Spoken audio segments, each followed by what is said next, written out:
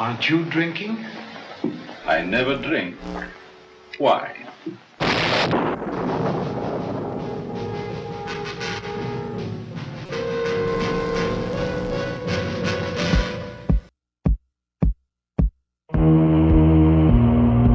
Si vous demandez à quelqu'un quel est son film de zombie préféré, il y a de bonnes chances qu'il vous sorte le titre d'un Romero. Alors que si jamais vous me posiez la question à moi, je vous répondrais Le jour des morts vivants de Romero, mais là n'est pas la question, pas loin, en deuxième position, il y a le sujet du jour, l'enfer des zombies. C'est un film de 1979 réalisé par le grand Lucio Fulci. C'était une époque où les Italiens faisaient des tonnes de suites officieuses de films américains. Pour ça, ils engageaient des acteurs yankees qu'ils redoublaient immédiatement dans la langue de Rocco. C'est pour ça que pour une fois, mes extraits seront en français, parce qu'en un sens, il n'y a pas de version non doublée.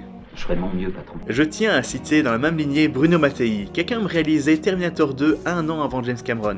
Mais revenons à notre sujet. L'enfer des zombies est communément appelé Zombie 2, puisque Zombie est le titre européen de Dawn of the Dead. C'est un film à petit budget, certes, mais ce côté brut est pour moi une qualité. Contrairement à la plupart des films d'horreur, il arrive à me montrer un personnage paralysé de peur, et ce sans me faire crier « Mais bouge ton cul, connasse !»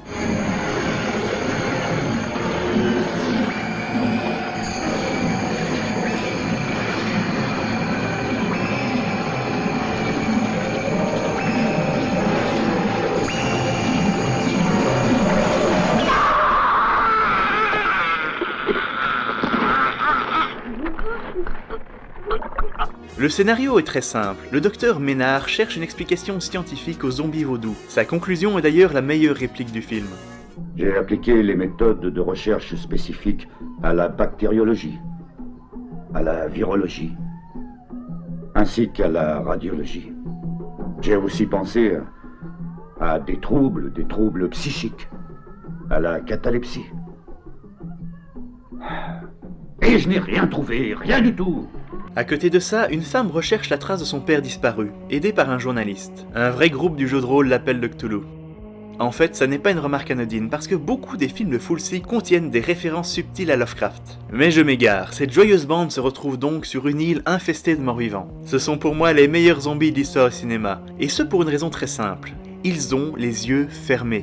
C'est ce qui trahit en général les maquillages. Or, dans ce film, ils sont sales, ils sont secs, ils ont vraiment l'air de cadavres animés. Impossible aussi de ne pas vous montrer cette scène, que Fulci détestait d'ailleurs, où un zombie se bat contre un requin. Je ne comprends toujours pas très bien comment elle a été tournée. Donc, des scènes sanglantes, des personnages sacrifiables, une musique mémorable, et oui, on a bien là un film culte. Père, ne m'abandonne pas. Je sais que ton cœur s'est arrêté pour toujours. Pourtant, je t'ai vu marcher, oui. Tu marchais. La fin aussi, bien que prévisible pour des cinéphiles modernes, est excellente. Et voilà, vous avez mon aval pour vous regarder ce film un soir, en vous délectant d'une bonne cervelle. Et je vous dis bye bye bye bye.